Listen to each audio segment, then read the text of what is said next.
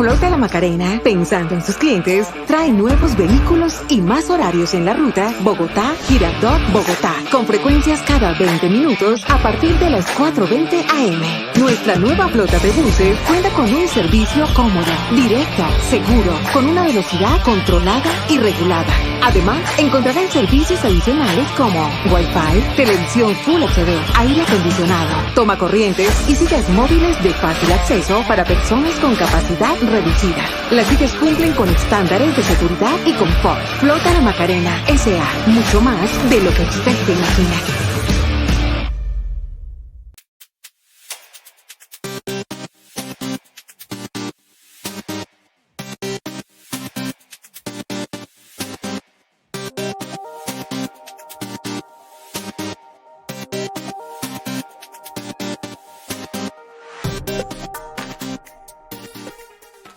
Despertando Conciencia.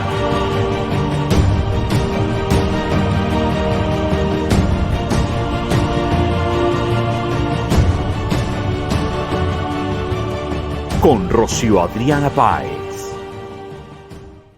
Hola, ¿qué tal amigos de Despertando Conciencia? Soy Rocío Adriana Páez y como siempre muy feliz de estarlos acompañando y particularmente en el programa del día de hoy porque hoy vamos a estar haciendo un cierre de año muy especial. Por lo general las personas están durante esta época haciendo celebraciones, hablando de las cosas buenas de la vida, de esos cierres, de lo que les dejó este año que está por finalizar. Pero muchos tratan en medio de todas estas celebraciones de esconder debajo del tapete algunas situaciones que se están presentando desde el ámbito familiar. Y entonces eso acarrea otra cantidad de consecuencias, porque por más de que estemos tratando de tapar esas cosas que nos incomodan, que sabemos que están ahí, pero que no queremos trabajarlas o no queremos que las demás personas se den cuenta, entonces nos empiezan a complicar la vida. Y creo que es un tema de responsabilidad. Cuando estamos cerrando el año también se vale aprender a ser responsables. De eso se trata Despertando Conciencia, de empezar a analizar qué es lo que está pasando en mi vida, en mi entorno y desde qué escenario lo estoy manejando. Eso también se llama amor propio, eso también se llama vivir desde el propósito. Y por eso hoy les tengo una invitada muy especial porque me devoré un libro que me hizo llegar Editorial Planeta. La verdad me encantó y se llama Cuando vivir duele. Y este libro es el que hoy vamos a compartir con todos ustedes. Es un libro muy especial, una de sus autoras, porque son dos, es Lina María Saldarriaga Mesa, su otra autora es Diana María Gudelo Vélez. Y la verdad el título creo que a uno lo atrapa de entrada, lo conmueve. Dice, ¿cómo prevenir y acompañar las autolesiones y el suicidio en la infancia y la adolescencia?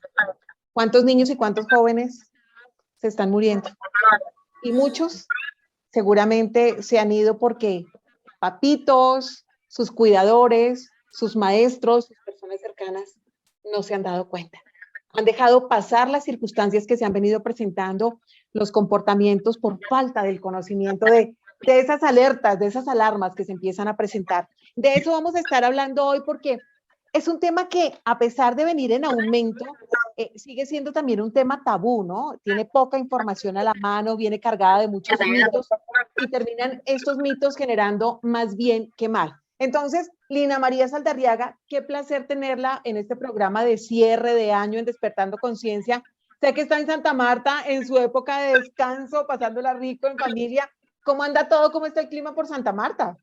Y está muy rico, hace bastante calor, como pueden ver, estoy absolutamente en ropa playera y en actitud, pero sacando el tiempo para conversar contigo, Rocío, de esto, porque creo que es un tema muy importante y que eso que tú mencionas, de que a veces enmascaramos las cosas y no conversamos, y sobre todo en esta época que trae tantas emociones, pues hablar de la posibilidad de que los niños estén pensando en quitarse la vida es muy importante.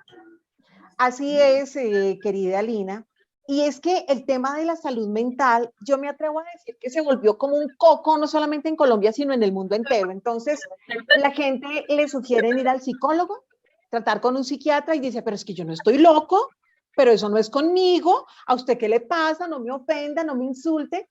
Y entonces uno se queda pensando y dice, ¿por qué si vamos al ginecólogo, porque si llevamos a los hijos al pediatra, porque si vamos al dermatólogo, inclusive vamos al estilista, ¿no? Para estar lindas, titinas, arregladitos. ¿Por qué no nos encargamos de ir y de consultar y de recibir la asesoría, la ayuda de un experto en el tema de salud mental? Porque es que todo en nuestro cuerpo lo vivimos cuidando, pero ¿qué pasa con nuestra cabecita? ¿Qué pasa con esos pensamientos que están constantemente pasando precisamente y creándose en nuestra cabeza?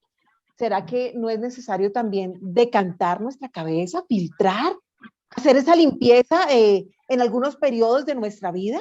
Creo que eso también se vale. Entonces, hoy la sugerencia también de manera muy respetuosa para nuestros online oyentes, online televidentes, es que no descuidemos la salud mental, que dejemos de verla como el coco y aprendamos que en esta cabecita es donde empieza a suceder absolutamente todo. De aquí arrancan emociones, actitudes, pensamientos, sentimientos y obviamente el comportamiento de cada uno de nosotros.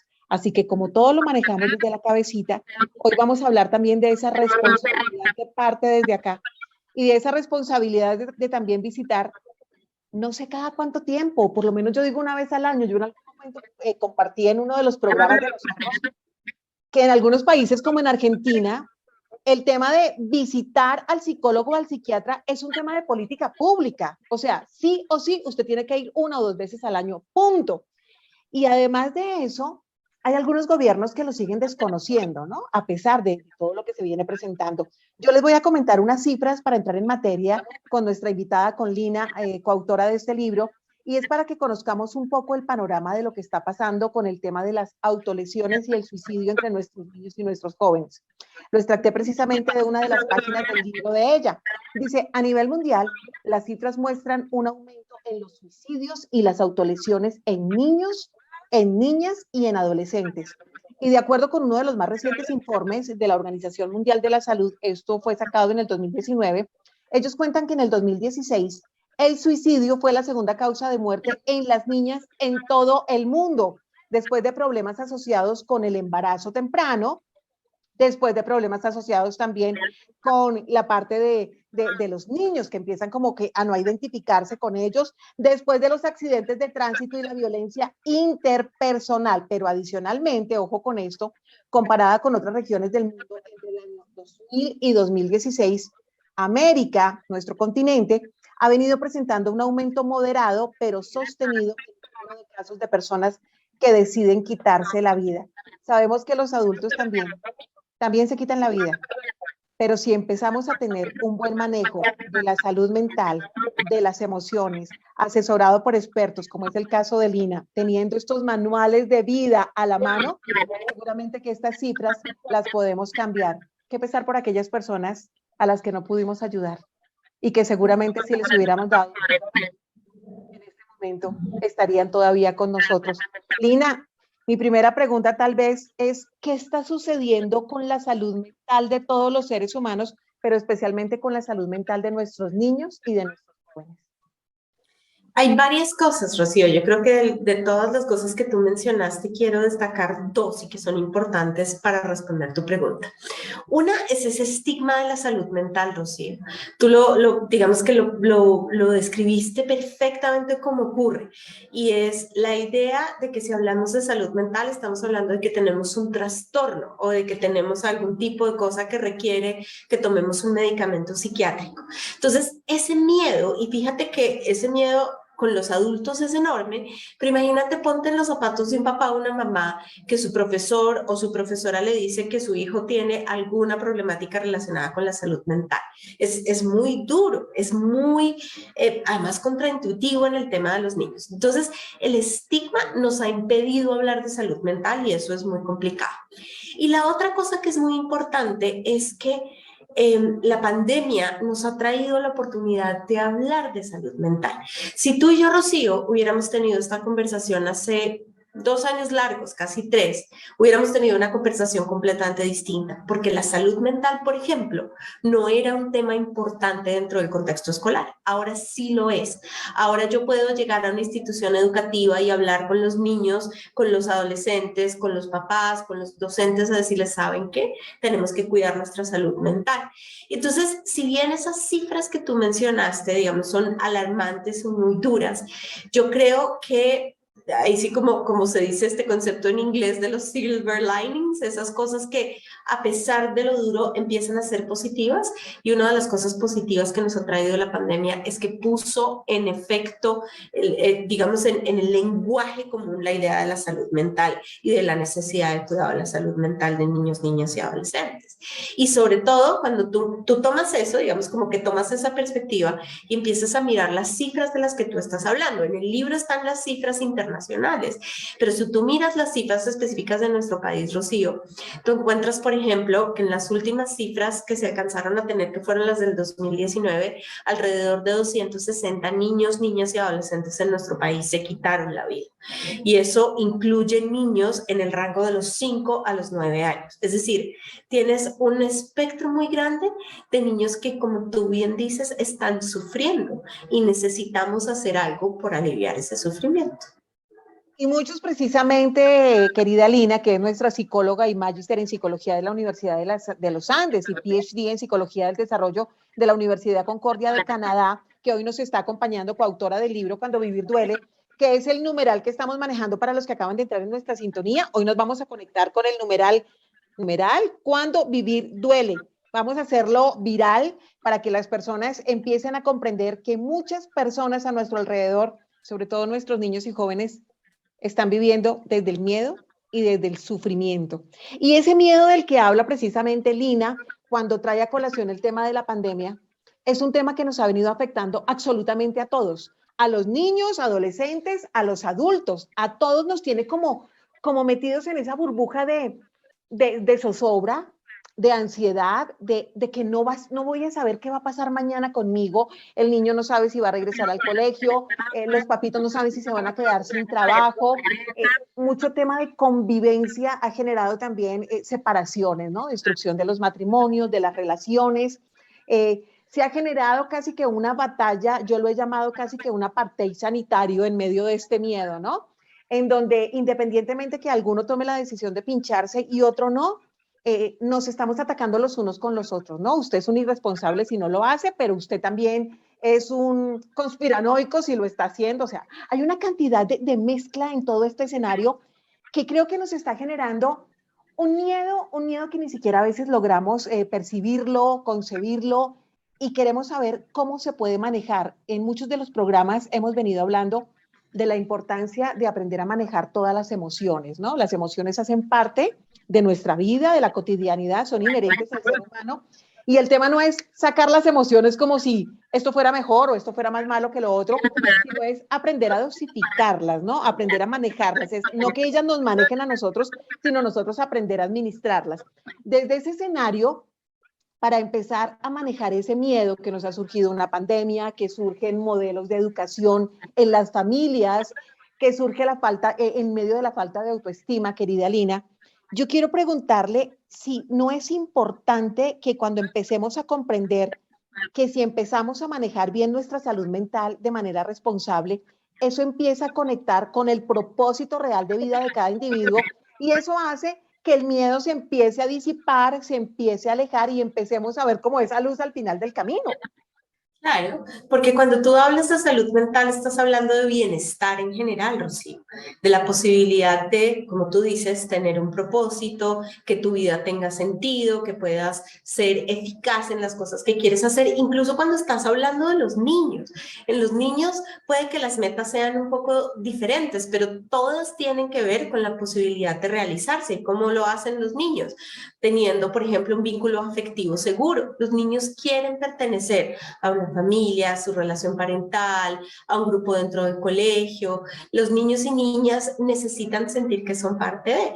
Entonces, en la medida en que tú logres que estos niños desarrollen habilidades para la vida, lo que los psicólogos llamamos competencias o habilidades socioemocionales. Entonces, esas habilidades te dan un rango de posibilidades que se traducen en bienestar, que es un poco lo que tú estás diciendo. ¿Cuáles son esas habilidades? Pues, y de estas hablamos en el libro, por ejemplo, la autorregulación emocional, la capacidad tan importante que tenemos que desarrollar todos, no solo los niños, niñas y adolescentes, sino todos los seres humanos, de tolerar el dolor y la frustración y el malestar. Mucho de lo que nosotros contamos en el libro es que hay un importante número de casos de niños y niñas que deciden quitarse la vida o autolesionarse porque su posibilidad de tolerar y manejar el dolor que trae el malestar, lo que tú estabas diciendo, una separación, una pérdida, el trabajo, el colegio, los amigos, la familia, y se sienten incapaces de hacer eso, y en la medida en que se sienten incapaces prefieren utilizar otros mecanismos como son las autolesiones. Hay otras habilidades socioemocionales que son más del lado cognitivo, la capacidad de pensar en ideas para resolver problemas. Hay otras que son más del lado de la comunicación, la capacidad de decir asertivamente las cosas. Fíjate que además eso es súper poderoso, porque cuando la gente nos pregunta a Diana y a mí, cuando escribimos este libro era como, bueno, pero entonces esto es un manual para que los niños no se quiten la vida. Y en realidad es un llamado a todos los que cuidamos niños, niñas y adolescentes a construir esas relaciones positivas, a darles a los niños esa oportunidad de desarrollar las habilidades socioemocionales para que no lleguen a... Y hablamos de, digamos, de suicidio y hablamos de señales de alerta, de factores de riesgo. Incluso, Rocío, el libro habla de qué hacer cuando no hubo nada que hacer. Cuando ya un niño o una niña decidió quitarse la vida, ¿qué hacemos con todo eso que sentimos? Así es, eso lo encontramos al final del libro exactamente, que después vamos a hablar de eso para darle luces a nuestros online oyentes. Pero lo que te quería decir es, para volver como a tu punto, es si nosotros preparamos y nos preparamos y preparamos a los niños en esas competencias básicas para la vida, estamos haciendo todo este trabajo del que tú estás hablando, que finalmente es un trabajo de prevención de riesgo de suicidio y autolesiones. Me llama la atención, Lina, lo que nosotras recalcamos de la importancia de cuidar la salud mental de nuestros niños, ¿no? De nuestros adolescentes, de nuestros jóvenes.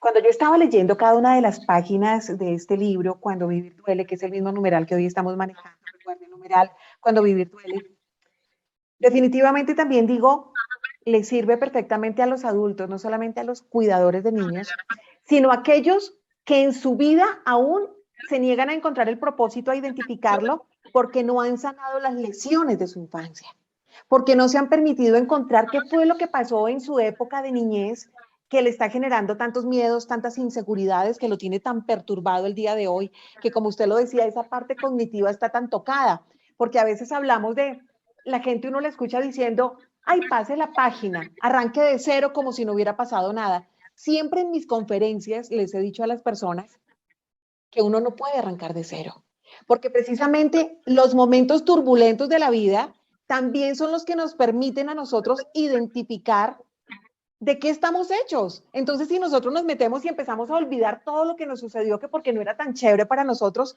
entonces, ¿cómo vamos a enfrentar la vida? Entonces nos vamos a meter en una burbuja, que es lo que seguramente le pasa a muchos niñitos, en donde los papás les solucionan todo, no les enseñan a ser asertivos, y el día que se les presenta un inconveniente dicen, me quiero morir porque esto me quedó demasiado grande. Y hay adultos que están repitiendo esta misma narrativa. Me quiero morir porque Pepito me dejó, me quiero morir porque me quedé sin trabajo, me quiero morir porque estoy en pandemia, me quiero morir, y lo repiten sin estar completamente conscientes de que lo que necesitan es una ayuda con un experto, como nuestra invitada el día de hoy, para poder entender qué es ese miedo que me está agobiando y por qué en este momento difícil de mi vida no soy capaz de seguir sobrellevando la vida, y de cómo resolver esa situación que se me presentó. Seguramente, Lina, si aprendiéramos también los adultos a sanar eso, que creo que nunca es demasiado tarde, empezar a sanarlo, empezar a replantear esas situaciones de nuestra vida, tendríamos mejores adultos, tendríamos mejores seres humanos, tendríamos personas con relaciones interpersonales más sanas, personas que aprendan a decir Que sí, que no, que nunca más, quién sí, quién no, quién nunca más, aprender a poner límites. Hay demasiadas cosas que tenemos que aprender a manejar y que todo viene desde esa salud emocional. Por eso su libro lo súper recomiendo, no solamente para aquellos que están cuidando niños, que los están educando, sino para usted adulto que en este momento se siente en zozobra y que seguramente ha pensado en el suicidio o que se está lesionando a diario. Y no solamente, Lina, esas lesiones físicas, ¿no? Sino esas lesiones también emocionales cuando usted decide continuar con una mala relación, a pesar de que usted sabe que hace mucho tiempo la están lastimando, le está generando dolor, ¿cierto? Cuando usted decide seguir en un trabajo en donde sabe que ese jefe no le valora y que no es el trabajo de su vida, pero usted sigue ahí por miedo, porque no se apunta, porque no se atreve. Hay muchas cosas que podemos sanar desde el escenario de esas emociones y desde la salud mental. Pero tal vez, Lina, yo le quiero preguntar, algunos en este momento estarían diciendo, pero eso que le pase a un adulto, pero un niño que vive como en ese mundo maravilloso de fantasía, ¿cómo les va a pasar a ellos por la cabecita autolesionarse o llegar al suicidio? Expliquémosle eso, ¿por qué pasa, Lina? Es súper contraintuitivo, ¿no, Rocío? Es decir, como que a uno no se le pasa por la cabeza que un niño, y que niños tan chiquitos, fíjate que yo te estaba hablando de que en nuestro país hay niños en el rango entre los 5 y los 9 años que se quitan la vida. Entonces, eso genera esta sensación que tú estás describiendo muy bien, ¿no? Como que, pero ¿cómo así? Si ellos viven en este mundo. Y eso está asociado a varias cosas. Primero, a lo que yo te decía de encontrar un sentido. Los niños que están contemplando la idea de quitarse la vida, o que deciden quitarse la vida, y estos dos son cosas súper importantes, esa distinción. No es lo mismo quererse morir a quererse matar, ¿sí? Son dos cosas completamente diferentes. Pero hay, digamos, hay un tema de estos niños de una incapacidad enorme de tolerar ese dolor que están sintiendo. Y fíjate que hay muchas posibilidades. Aquí no solamente estamos hablando de niños que no saben tolerar el malestar, también estamos hablando de niños, por ejemplo, que son víctimas de situaciones tan dolorosas como el maltrato o el abuso sexual. Esos son niños que están absolutamente vulnerables y que tienen un factor de riesgo altísimo frente al riesgo de suicidio, perdóname la redundancia. Entonces, lo primero que tenemos que entender de por qué un niño o una niña piensa en quitarse la vida tiene que ver con la incapacidad de tolerar un malestar, bien sea una percepción de que no es capaz de tolerar el malestar, pero usualmente, y es lo que más comúnmente vemos, está asociado a factores de riesgo como el abuso, el maltrato, incluso el consumo de drogas o de sustancias psicoactivas dentro de sus familias. Son niños cuyo dolor es tan inmenso que no ven otra opción. Esa es una muy importante. La otra cosa muy importante, Rocío, y esto sucede más en los niños más chiquitos, es que hay un concepto muy importante que se llama la continuidad del ser. Tú y yo sabemos que cuando una persona decide quitarse la vida, la muerte que acarrea esa decisión es para siempre, ¿verdad? Tú y yo lo entendemos, nuestras cabezas tienen la capacidad cognitiva para hacerlos. Hay algunas etapas del desarrollo, muy tempranas en el desarrollo, donde la idea de que yo no continúo vivo después de haber hecho una cosa que alivie mi dolor, no está lista todavía. Entonces, también muchas de estas muertes se atribuyen a temas de impulsividad. Y otras tienen que ver, como yo te decía, a la falta de opciones. Por eso las habilidades socioemocionales que tienen que ver con la generación de opciones o la búsqueda de soluciones son súper importantes en la prevención del riesgo de suicidio. Hay niños y niñas que no ven otra opción distinta. Hay una historia que tiene la Organización Mundial de la Salud que a mí me encanta y con eso le explico mucho a los papás.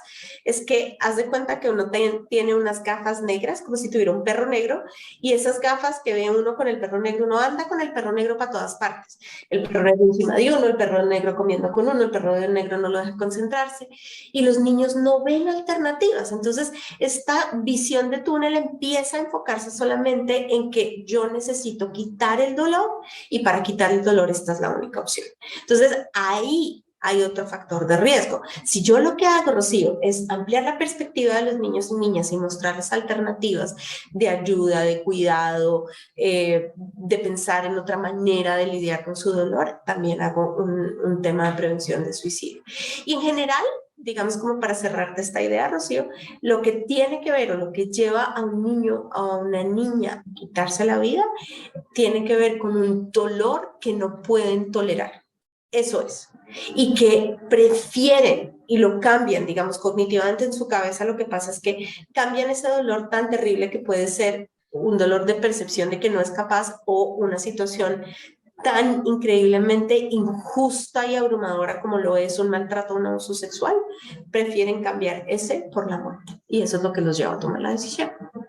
Demasiado fuerte un tema y sobre todo que uno también se pregunta, ante esa decisión que tomó ese niño o ese joven, uno podría decir, ¿en dónde está ese adulto responsable que debiera estar tan cercano a esta persona, ¿no?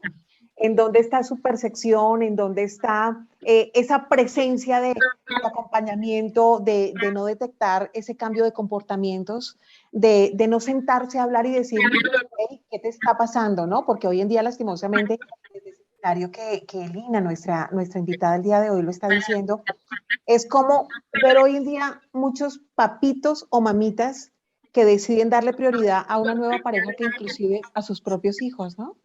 Prefieren ignorarlos o acusarlos de mentirosos, pero prefieren hacer de lado a su propia carne, a su propia sangre, por el miedo a perder a una pareja, ¿no? Por el miedo a quedarse sin esa otra persona. Y yo digo, qué fuerte este escenario, ¿no? ¿Cómo estamos fallando los adultos que en algún momento hemos decidido tener un hijo? ¿Cómo los estamos dejando de solos? Mire que a veces hablamos, Lina, del aborto, de cuando un embarazo no llega a feliz término. Y hablamos de esas decisiones, pero también hemos mencionado en muchas ocasiones en nuestro programa de cuántos niños y de cuántos adultos hay abortados vivos. Gente que la dejaron siempre muy sola desde su infancia, inclusive en su edad adulta. Es gente que estuvo siempre alejada de todo, sin unos papás presentes, sin unos adultos presentes. Entonces, el tema de estar abortado, uno vivo, es fuerte, ¿no? Es ese abandono absoluto que lo lleva a uno a tomar este tipo de decisiones. Vea, yo en su libro encuentro en una de sus páginas algo que seguramente ustedes, amigos online oyentes, lo han escuchado o ustedes lo han repetido de manera constante. El que se va a suicidar realmente nunca lo cuenta. Ay, dejen ese cuento, eso no lo va a hacer. Si la decisión está tomada, no hay nada que hacer.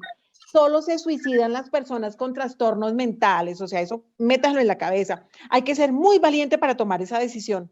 Siempre son actos impulsivos que es que nadie podría detectar. Es una decisión respetable. ¿En serio? Es un acto de cobardía y egoísmo, entre muchas otras frases, ¿no? Y vamos opinando de forma irresponsable, ayudando a que esos mismos mitos de lograr evitar que una persona se siga autolesionando y que siga inclusive atentando contra su vida, siga sucediendo. ¿Cómo decirle a las personas que tenemos que aprender a ser un poco más responsables y dejar de repetir como loros cosas tan profundas, Lina? Sí, esos mitos están muy arraigados. Fíjate que tú los lees y uno los va oyendo y puede imaginarse la gente diciendo este tipo de cosas todo el tiempo. Y en realidad lo que proponemos en el libro con Diana es poder ir un poquito más allá de esos mitos. Es decir, como que desde nuestro rol de padres, madres o cuidadores hay todavía muchas cosas que podemos hacer. Y la primera cosa que podemos hacer es empezar a cuestionar ese tipo de situaciones, empezar a cuestionar ese tipo de mitos. Entonces, digamos que ahí y en el libro, todo el libro, pero sobre todo ese apartado que estás leyendo que tiene que ver con los mitos de las autolesiones y el suicidio, es un llamado a los adultos, a los padres, madres y cuidadores, a que estemos conectados. Creo que eso lo decimos múltiples veces en el libro y hablamos de abrir canales de comunicación, estar conversando, estar involucrados, estar presentes.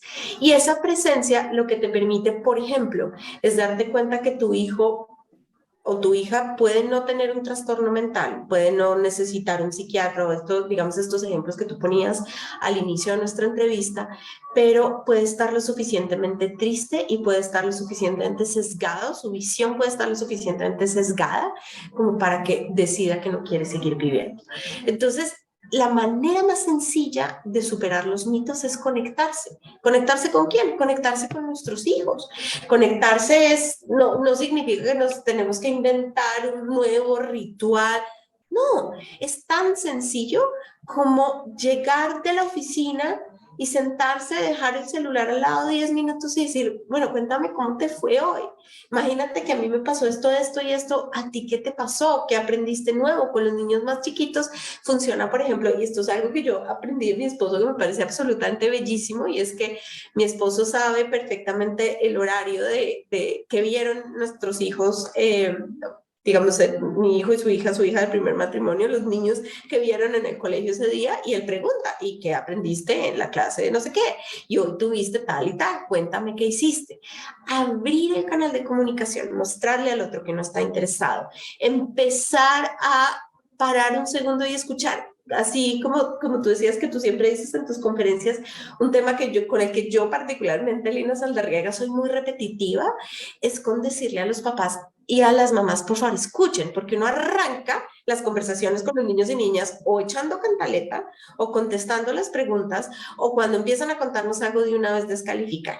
Entonces yo les digo, hagamos un ejercicio de pararnos y quedarnos en silencio. Escuchemos qué es lo que tienen para decirnos. Y en ese parar, en esa conexión, arranca la posibilidad de cuidarlos y de cuidarlos de cosas tan graves como el riesgo de suicidio.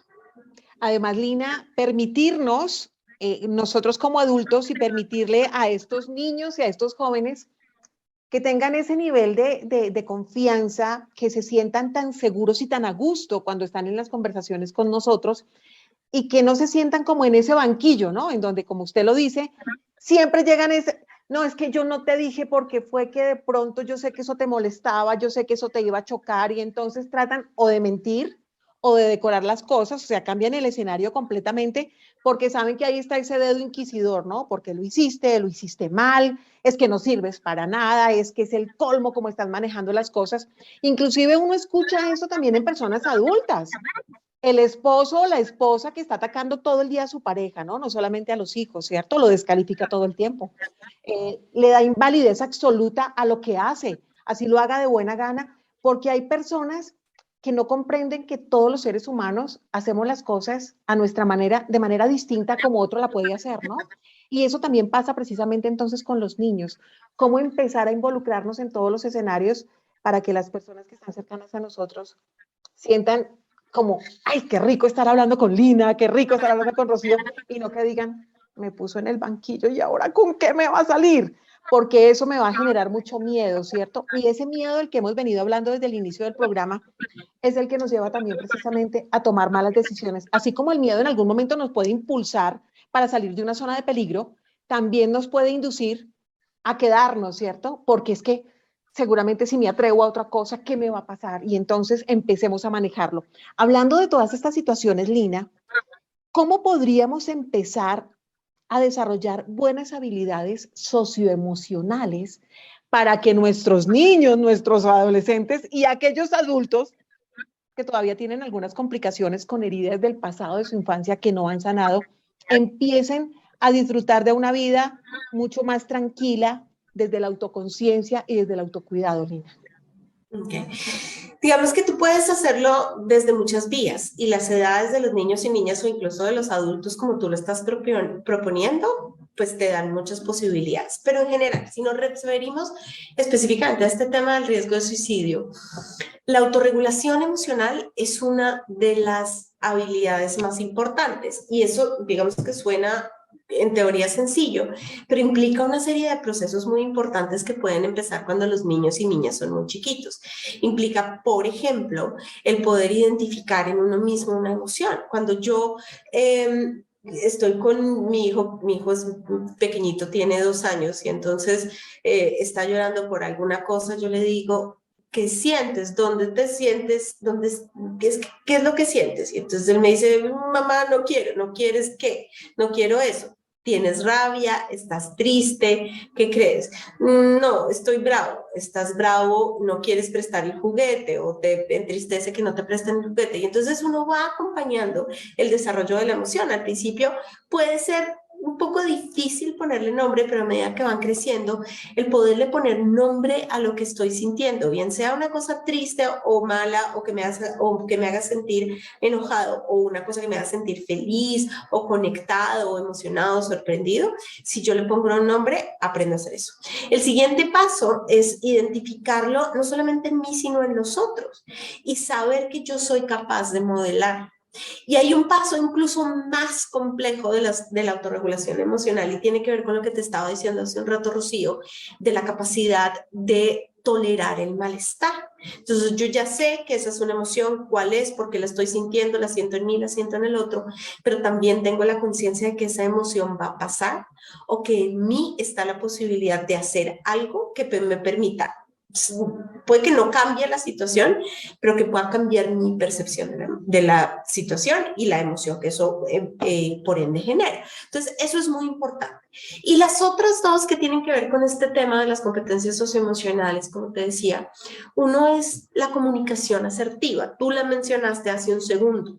La comunicación asertiva no es solamente decir las cosas de una manera que suene muy, digamos, polite, sino que tiene que ver con la capacidad de expresar lo que yo siento, mis necesidades, rabia, angustia, tristeza, molestia, frustración, la que sea, de manera que yo no agreda al otro, pero que mis intereses y lo que yo necesite puede quedar de manifiesto. Y eso lo podemos hacer con los niños desde muy chiquitos. Es que fulanita me hizo. No, tú puedes decir, es que yo me siento mal cuando fulanita hace, que es un mensaje en primera persona. Fíjate cómo uno va cambiando esa conversación.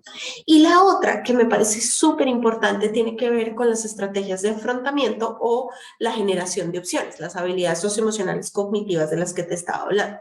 Básicamente, aquí hay una imposibilidad de pensar, aquí me refiero al riesgo de suicidio o de autolesiones, hay una imposibilidad de pensar en alternativas adicionales. Entonces, lo que hacemos los psicólogos con los niños, niñas y adolescentes que están contemplando en hacer este tipo de cosas o que ya lo están haciendo, en el caso de las autolesiones, es abrir el abanico de posibilidades. ¿Qué más puedo hacer? ¿Qué otra alternativa hay? ¿Qué estrategia tengo? ¿A quién puedo llamar? ¿Con quién me puedo conectar?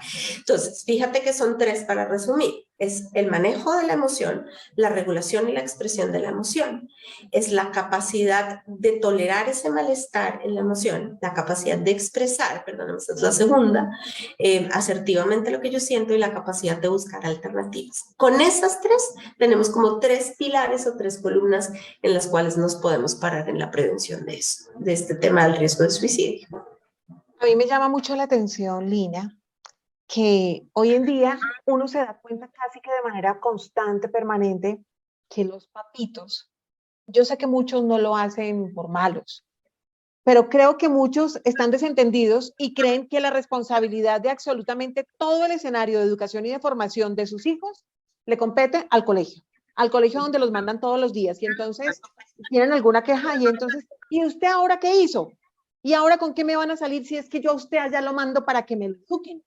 Y se les olvida el primer paso, que todo arranca desde el ejemplo, la formación, principios y valores que usted está generando desde su propio hogar.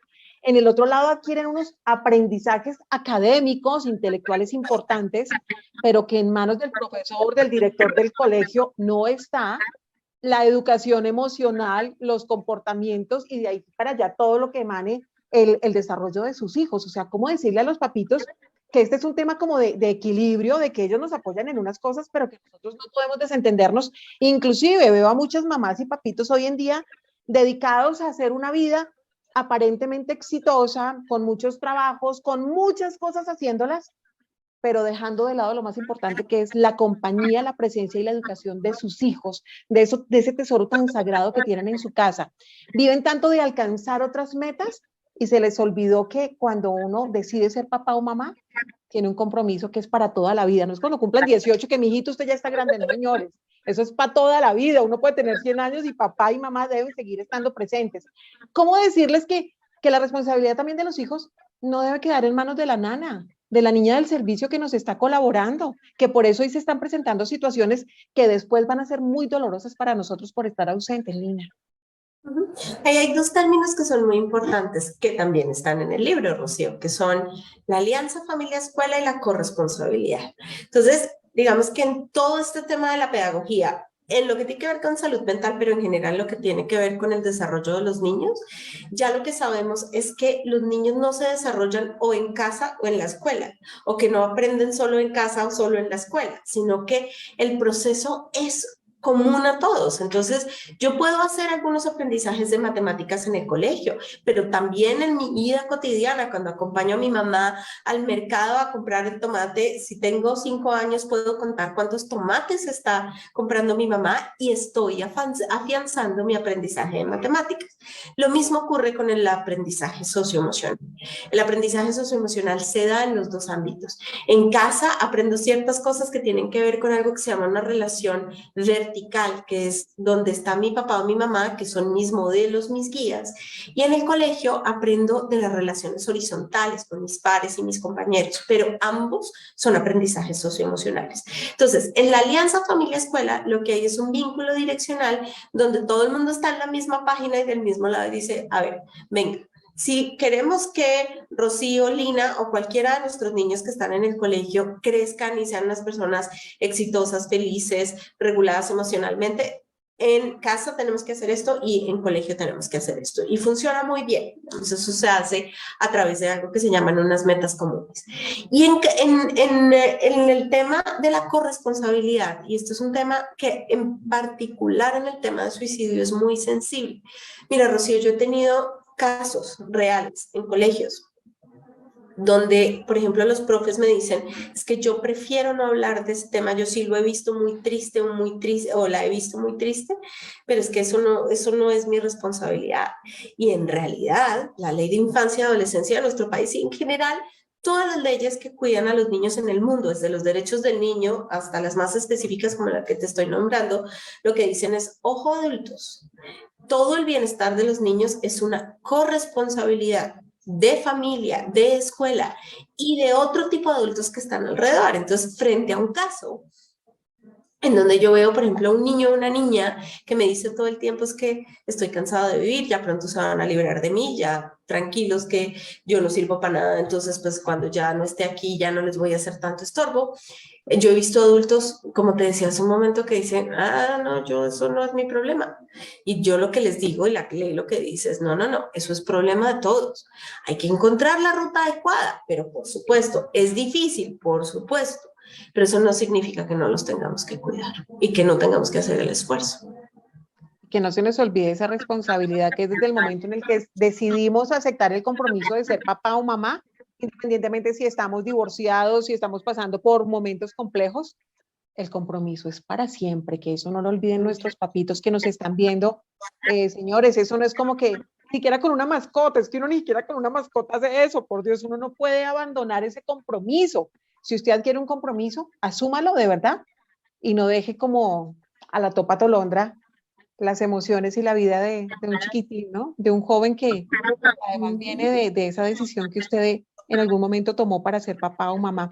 Lina, contémosle a nuestros online oyentes cuáles son esas alertas que en algún momento nos pueden empezar a ayudar a descubrir esa ideación de suicidio de un niño chiquito o de un adolescente que uno diga, caramba, esto puede estar pasando y creo que tengo que empezar a tomar cartas en el asunto. Hay una cosa muy importante y se relaciona con lo que te estaba contando hace un segundo, Rocío, y es, los niños en general tienden a disfrutar las cosas, tienden a estar enganchados con ciertas cosas, tengan 2 años, 5, 9 o 15. Los más chiquitos con los balones o con las muñecas, los más grandes con el jugar con los amigos, los otros puede ser con una colección o con un tipo de música. Cuando nosotros empezamos a ver que los niños se desenganchan emocionalmente, Rocío, ¿y eso qué significa? Y esto es clave, aquí les dejo digamos como una pauta sencilla que ustedes pueden mirar, es cuando hay un cambio súbito en la vida de los niños o niñas con respecto a las cosas que hacen o que disfrutan, ahí hay una señal de alerta. Entonces, ¿eso cómo se traduce? Comen mucho, comen poco, duermen mucho o duermen poco. Tienen cosas que son muy valiosas para ellos que regalan, la colección que regalaron de los juguetes de no sé qué, los carritos de no sé qué, los discos de no sé qué, todo ese tipo de cosas. Cuando hay, eso se llama un desprendimiento, Rocío, cuando empiezan a haber desprendimientos, cuando empiezan a haber expresiones de frases como las que te estaba contando. ya pronto se van a liberar de mí, yo no sirvo para nada, soy un estorbo, etcétera, etcétera. Yo parezco adoptado, a mí nadie me quiere en esta casa. Nadie me quiere, exactamente.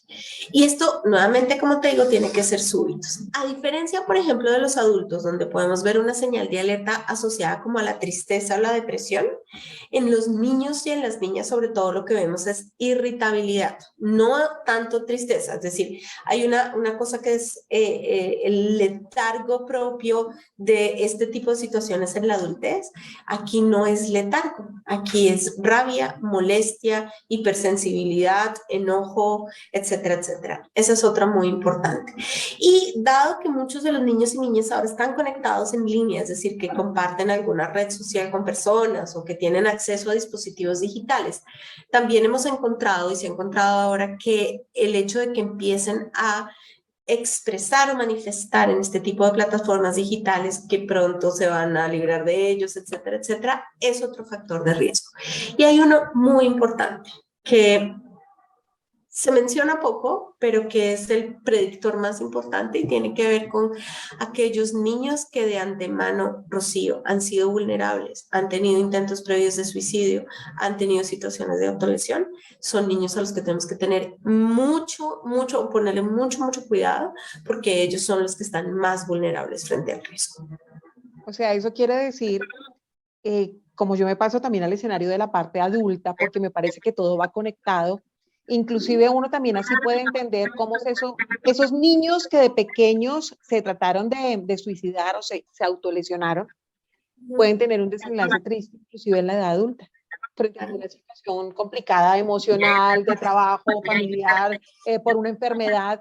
Inclusive recuerden que cuando Lina menciona la parte cognitiva, que muchos de ustedes de pronto dicen, ay, pero eso no es tan así, vea, no la pasamos toda la vida tratando de esconder las situaciones dolorosas por las que pasamos y las que vivimos los seres humanos como si eso fuera un pecado. Es que eso hace parte de nuestra cotidianidad, de nuestra esencia.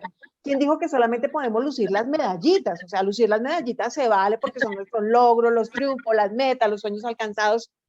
Pero ¿en dónde están dejando ustedes esas batallitas ganadas también? Si usted estuvo en la cárcel, por ejemplo, si lo logró superar o no, un divorcio, el duelo por la pérdida porque se nos murió un ser querido, el hecho de quedarnos sin trabajo. Para un niño el hecho de perder un año escolar es un tema que cognitivamente, si no se sabe manejar con expertos, lo va a afectar y lo va a marcar el resto de la vida. Vean ustedes que desde niños estamos en un escenario casi que fantasioso, que si no le prestamos atención, papitos, vamos a tener adultos enfermos mentales. Sí, así ustedes digan, no es que no estamos locos. La salud mental empieza desde ese cuidado de los niñitos, el vientre de la mamita, cómo le hablaron, un niño si percibió si era deseado o no, si era un niño rechazado. O sea, tantas cosas que van conectadas a ese sentir, a ese pensar que debemos empezar a manejar para que empecemos a tener también mejor humanidad, Lina, mejores seres humanos, no esas personas que de un momento a otro llegaron y cometieron un homicidio y llegaron y mataron a no sé cuántas personas en un colegio, en una universidad, y uno dice, ay, eso fue repentino. Repentino nada. ¿Quién era esa persona? ¿Qué temas venía manejando desde su infancia para que el desenlace fuera este, no? Esas personas que deciden durante el transcurso de su vida siempre estar mal acompañadas, porque tienen ese tema de la aceptación, ¿no? Ese tema de la asertividad que les cuesta también. Y entonces, como se sienten poquita cosa, se rodean de, yo digo, del peor es nada, yo mejor estoy acá a no estar solito, a no estar de pronto rechazado, inclusive como las redes sociales están llevando a nuestros niños, adolescentes y adultos a un mundo de mentiras, ¿no? En donde si usted no tiene tantos likes, mejor borro la publicación, mejor quito la foto porque debió ser que a los demás no les gustó. Y entonces usted siempre está pidiendo como aceptación de los demás cuando la aceptación debe arrancar por uno mismo, ¿no? Como esta cadena de cosas nos lleva a un buen desenlace o a un mal puerto. Lina, ¿qué pasa con esa regulación emocional que usted la ha venido destacando y a mí me encanta, ¿no? Como la ha venido usted proponiendo. Pero ¿cómo ayudarles a los niños, enseñarles ese manejo de las emociones? Porque casi, y yo lo decía al inicio del programa, nosotros estamos siempre diciéndoles, celebrándoles todo, pero casi que cuando pasa un inconveniente, entonces nosotros también cambiamos el rostro y como que eso no está permitido. ¿Cómo enseñarles ese manejo a ellos para que frente a la vida, inclusive ya en la edad adulta, sepan manejar todos los escenarios y entiendan lo que yo le digo? las medallitas y las batallas que también hacen parte de la vida. Claro. Yo creo que es permitirle a los niños que experimenten la tristeza y la frustración en general, lo que llamamos las emociones negativas, Rocío. Y no son negativas porque estas emociones sean malas, sino por el tipo de reacción que producen en nosotros, ¿sí? Entonces, ¿qué pasa? Cuando un niño chiquito, y alguien me preguntaba esto en estos días, me decía, pero entonces es que si el niño chiquito quiere algo, lo que le terminamos diciéndole a los grandes, a los hermanos grandes es, ay, pero dale eso porque es que es chiquito y para que no llore. Y, por ejemplo, por ahí pasamos de largo cosas que son súper valiosas y súper importantes, como la posibilidad de aprender a compartir o de ceder el turno.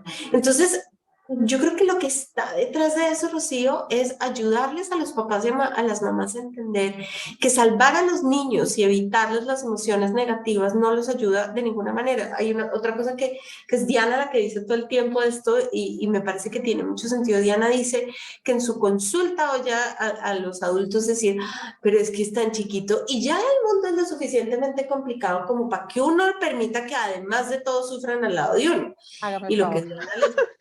que Diana les dice todo el tiempo es precisamente de la mano de usted, aprender a tolerar el malestar y la frustración.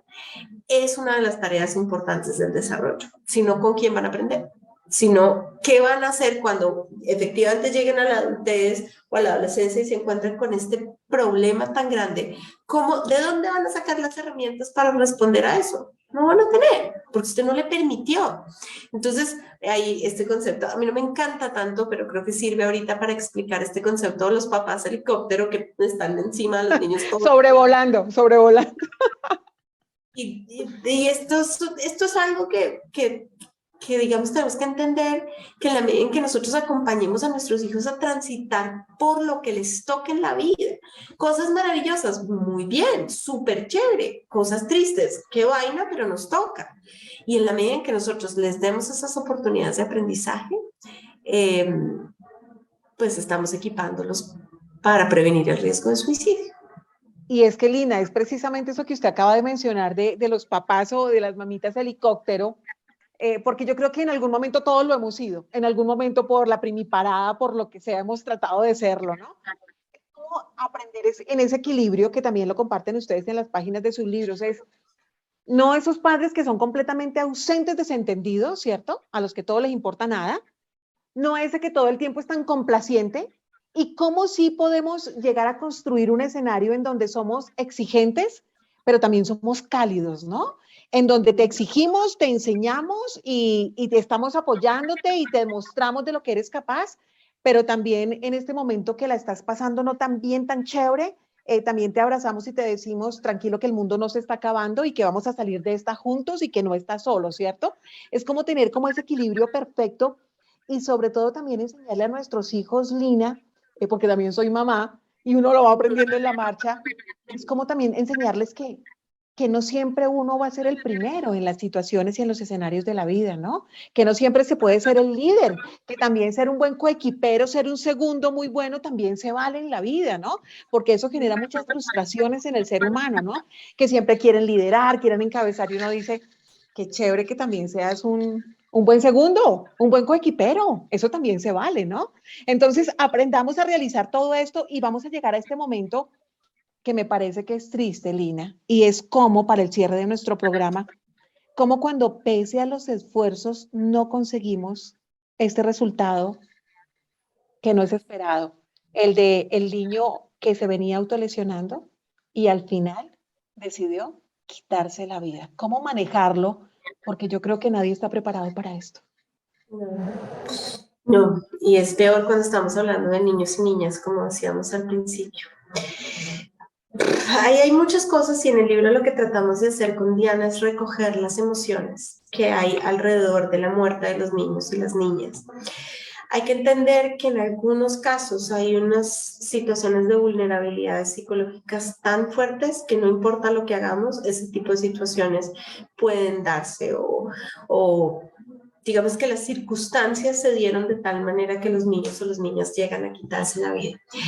Y lo que les decimos a los papás y a las mamás ahí tiene que ver con la manera en que procesamos eso.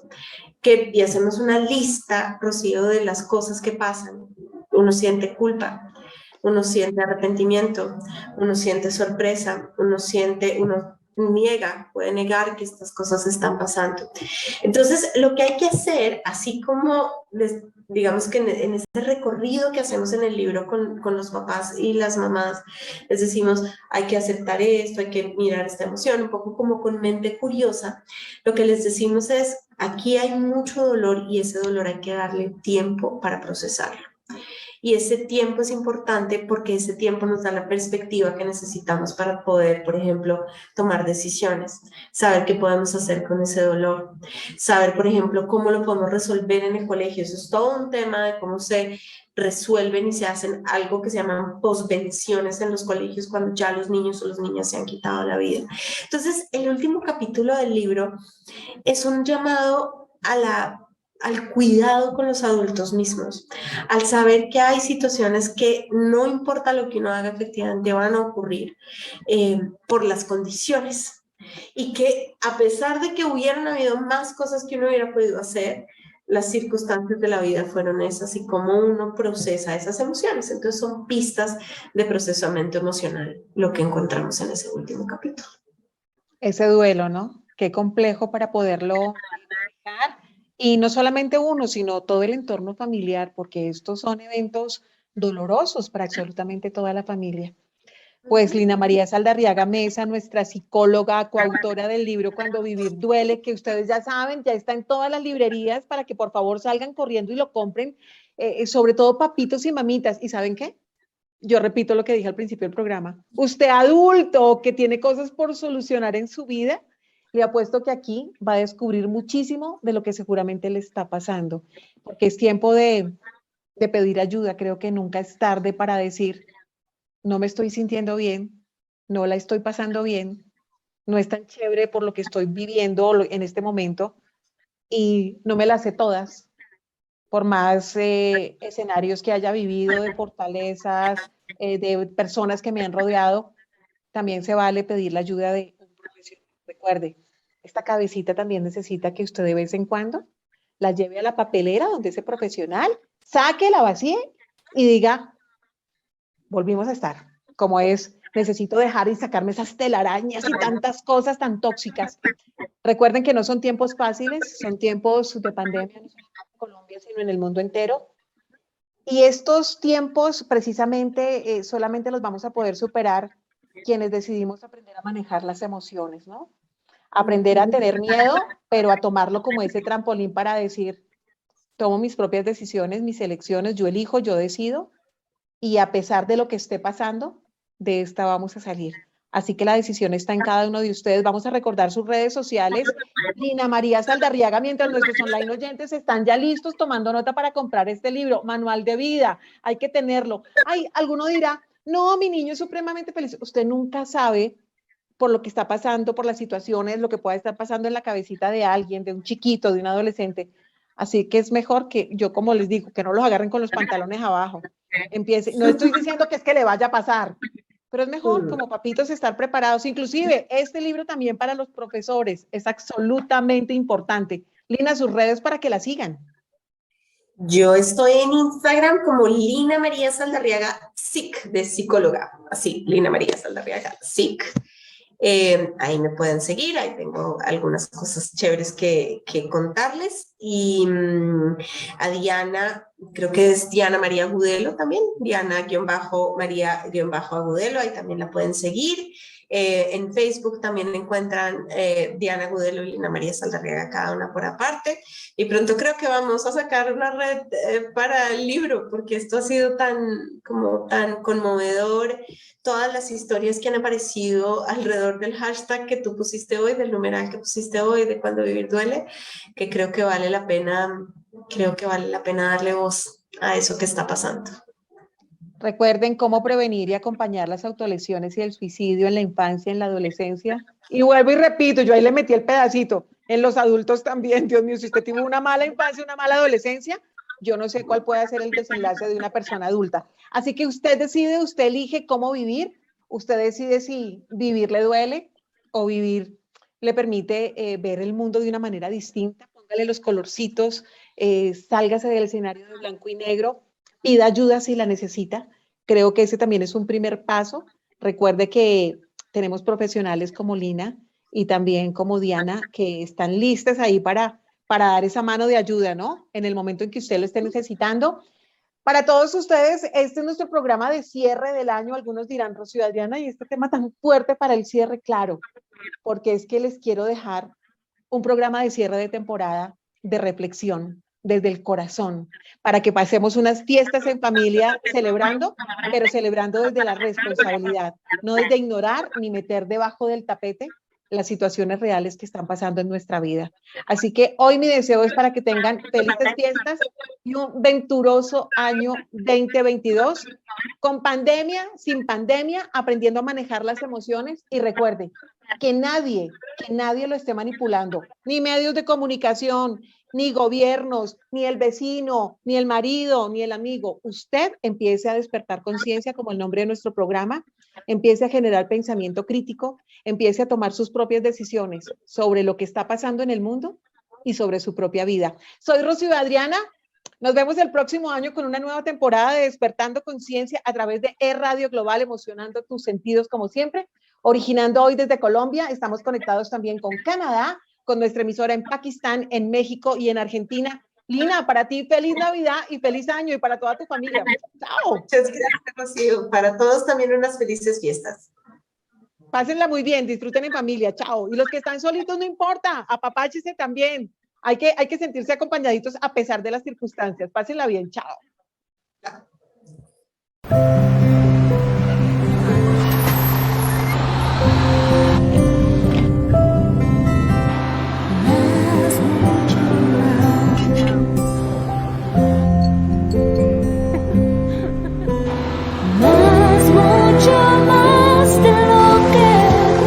Imaginar más, mucho